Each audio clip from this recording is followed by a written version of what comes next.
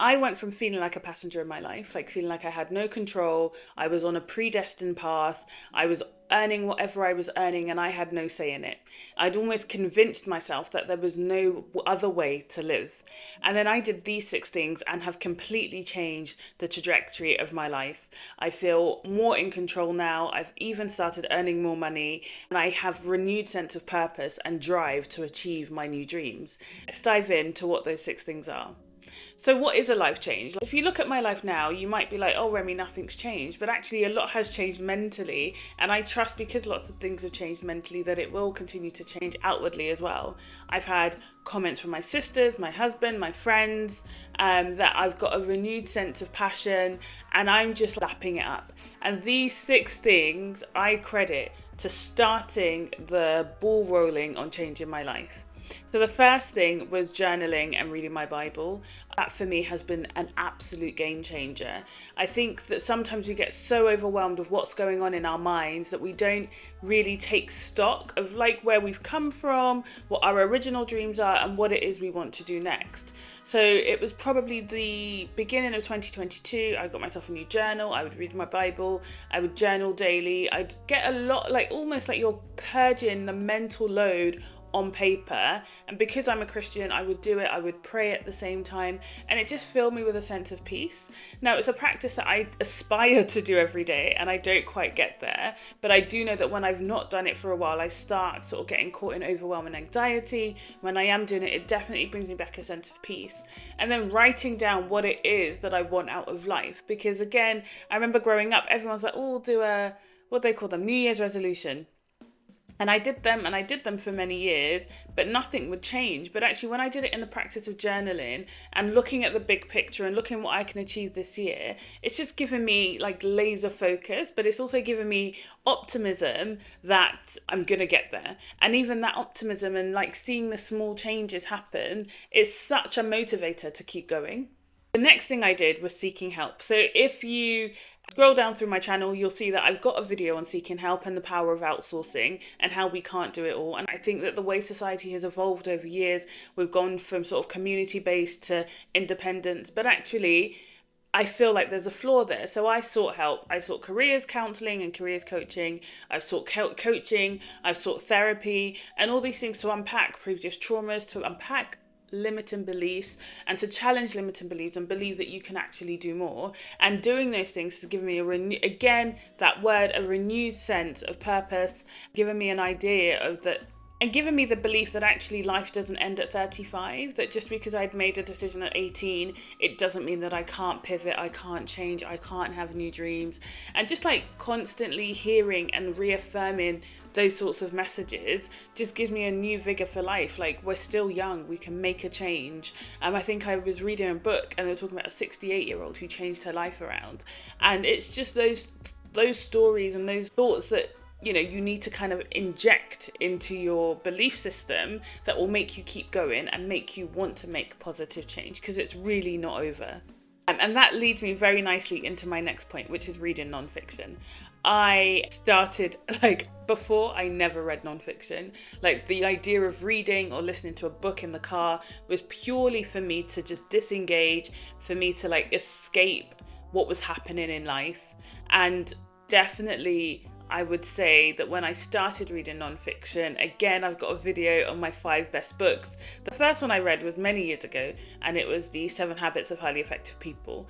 And it kind of started the ball rolling, but it didn't take root for some reason. And then again, 18 months ago, I started again. And the first book really of that time was The 5 a.m. Club. And then my video would say, I then went on to read The Success Principles, and it's been non-stop since then. I'm genuinely hungry for nonfiction books, to hear people's stories, to hear people's belief systems, because that's what you need to challenge your own. For you to think that actually there is more, that actually I can dream for more, I can ask for bigger, because there are so many people living lives of their dreams, and you don't have to be stuck in the few that are on the rat race, or feeling like there's no way out, or feeling like that you can't even make small improvements to make your life feel different. So reading nonfiction is like definitely something that I truly recommend to anyone who's feeling like they're in a rut, and they want to try something new. Fourth thing I did, I don't know, I'm counting like a baby, but the fourth thing I did was curating my content. So I think that is a really necessary step, in the sense that if you're on Instagram and you're scrolling and you're looking through people's lives that you don't want, lives that you do want, but you're just like consuming, you're getting caught in a comparison trap, you're getting caught in jealousy, you're not really moving forward, or you're not being encouraged, you're not being uplifted, you're listening to music in the car when you could listen to a sermon, or you could listen to like an educational podcast, or you could do something uplifting. And I just think it's really important to like curate the content. So I've got a new Instagram page at Remy's Room, feel free to follow me. And on that page specifically, I'm literally just following people who are providing educational content, be it in business, be it in confidence, be it in personal development. And that's the information I'm craving at the moment. And that's the information I'm getting from those pages. So additionally, when I'm in the car, I'm either listening to an Audible book, which is one of my many non-fictions, or I'm listening to a podcast, or I'm listening to like uplifting music, and just making sure that I'm feeding myself with positivity, no negativity, no news. Like, I do not watch the news, I don't read it, I avoid it as much as I can. I got this tip from a book, to be fair. We're not learning anything new. All we're doing is being filled with anxiety, and that's just taking up brain space and stopping you from doing other things that are more productive. The fifth thing I did is to surround myself with people on the same path. I am so thankful that I am surrounded by people who want better, who want more, who strive hard, who work hard.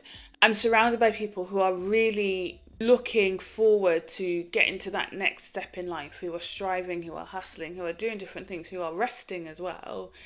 That as well has been very monumental in keeping me motivated. There's a saying that you are the sum of the 5 people around you.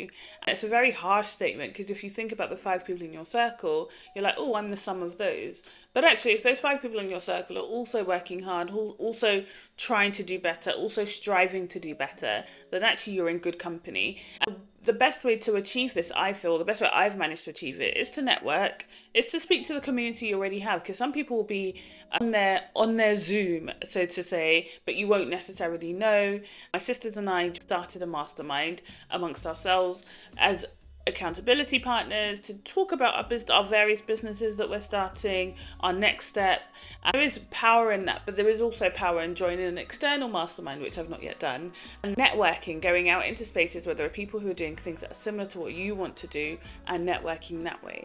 Because again, kind of you need to know about something, and you need to see something before you could aspire to be it. So that's why I think surrounding yourself with like-minded people is crucial. And the final thing is taking small and consistent steps. So you can do all of these things, and sometimes, depending on where you're at in life, it can feel like it's too much. So for instance, I work full-time, I want to start a business, I don't have the time freedom that someone else might have to start a business, but actually if I did half an hour a day, that's great. I want to journal, if I'm doing 10 minutes a day, that's great. If I'm getting to bed early, if I'm fixing my sleep hygiene, like just small and consistent steps. And the one that I think has worked wonders for me is changing my language, changing the language from being a passenger to being a producer, in the sense that life is so unfair. That's a tired statement. That's a statement that doesn't do you any favors. Whereas actually, like, I've got this privilege, I've got this value, and this is what I'm going to do with it. And focusing really on what you can bring to a situation as opposed to what the situation's doing to you. Another example is, again, I've got another video on medicine and how much it frustrates me and how much I want to leave. And I would often say, it's like, oh, I have to finish training. And my sister said, well, you don't have to, you've chosen to. And I felt triggered, because I was like, well, no, I do have to. My situation means that I have to. But actually, no, she's right. I've chosen to. So actually in the last year and a half, whenever I moan about work, or I moan about what I want my future to look like, and how I feel like work is keeping me away from that, which it isn't, again, I've notice that I'll be like, I have chosen to finish training. And because I've chosen to do it, my behavior around it changes, my mentality changes. And although I might still be upset about going into work, actually, most days I'm like, okay, Remy, what are you going to get from today that's going to push you closer to achieving your goal? And I think even just those little language changes are monumental. Oh, it's going to be a busy day today. Okay, but what positives can you get from that? And I think those are the little gems that we need to install in our lives in these little small steps to truly, truly make a difference. And like I said in the beginning, for you to change your physical, you have to first change in the mind. And I'm so happy about my current mindset shift and change. And I'm so happy about what's coming up next. But I'm super, super happy for it to happen physically as well. And as I said before, this YouTube channel is kind of like, someone put it like this for me, it's kind of like a home renovation page. This is me in my old form with a new mind, but in a few years of the slow renovation of each room, of each section, I'm gonna look like a brand new house that's worth $1 million. So yeah, that's it. That's really what I wanted to cover in this video. So thanks for sticking with me and thanks for chilling with me. And I really hope that you got something of value from this video as well. So if you like this video, please give it a thumbs up. Please subscribe. Please comment below. Because I really think that that's where we'll get the most value. Like, I really like seeing the comments. I like replying to them. So yeah, definitely please comment in the video below what you are doing to change your life, what small action steps that you are taking, and let's do this thing called life together. Peace.